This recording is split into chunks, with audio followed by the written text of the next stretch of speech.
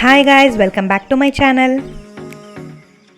இன்னைக்கு நம்ம பச்சை மொச்சை உருளைக்கிழங்கு வச்சு அருமையான சைடு டிஷ் எப்படி செய்யறதுன்னு பார்க்கலாம். உருளைக்கிழங்கு மசாலானாவே எல்லாருக்கும் ரொம்ப பிடிக்கும். அதோட பச்சை மொச்சையை சேர்த்து செய்யும் போது இதோட டேஸ்ட் இன்னும் ரொம்பவே சுவையாகவும் சூப்பராகவும் இருக்கும். இது சப்பாத்தி, தோசை, இட்லி, பூரி, புலாவுக்கெல்லாம் இந்த சைட் டிஷ் வந்து ரொம்பவே சூப்பராக இருக்கும்.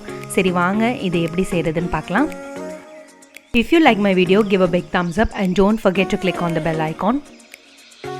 முதல்ல அரைக்கிறதுக்கு தேவையான பொருளை மிக்சர் ஜாரில் சேர்த்துக்கலாம். அதுக்கு 2 டீஸ்பூன் அளவு துருவன தேங்காவை சேர்த்துக்கலாம்.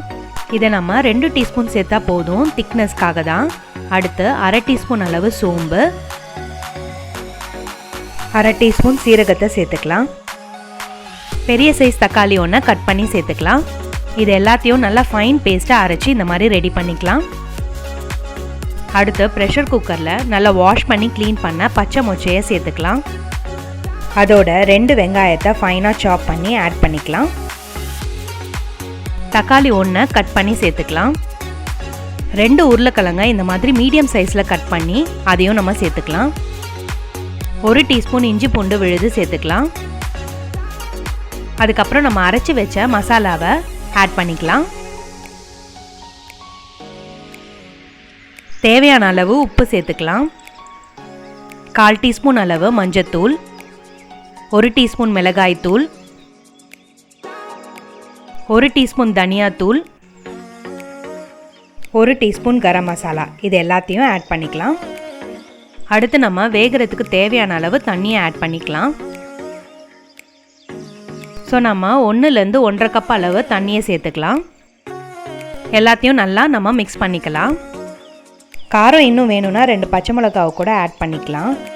இல்லைனா உங்கள் அளவுக்கு ஏற்ற மாதிரி ரெட் சில்லி பவுடரை ஆட் பண்ணிக்கோங்க.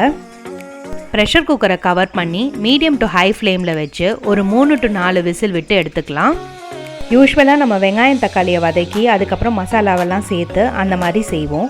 ஸோ நீங்கள் இந்த மாதிரி குக்கரில் வச்சு செய்கிறதுனால டைமும் சேவ் ஆகும், இந்த டேஸ்ட்டும் வந்து டிஃப்ரெண்ட்டாக இருக்கும். ட்ரை பண்ணுங்கள். ப்ரெஷரை ரிலீஸ் பண்ணிவிட்டு ஓப்பன் பண்ணலாம்.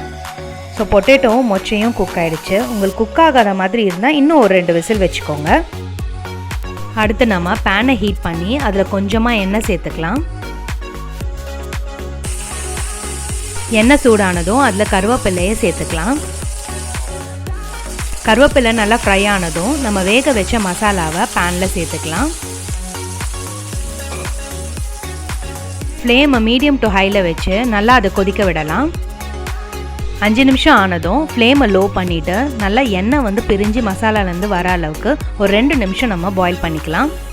உங்கள் கன்சிஸ்டன்சிக்கு ஏற்ற மாதிரி கிரேவியாவோ ட்ரையாவோ இல்லை செமி கிரேவியாவோ அதை எடுத்துகிட்டு வந்துக்கோங்க. நான் இன்றைக்கி செமி கிரேவியாக எடுத்திருக்கேன். ஸோ எண்ணெய் நல்லா பிரிஞ்சு எவ்வளோ நல்லா வந்துருச்சு பாருங்கள். ஸோ அவ்வளோதான், நம்ம பொட்டேட்டோ மொச்சை கறி சூப்பராக ரெடி ஆகிடுச்சு.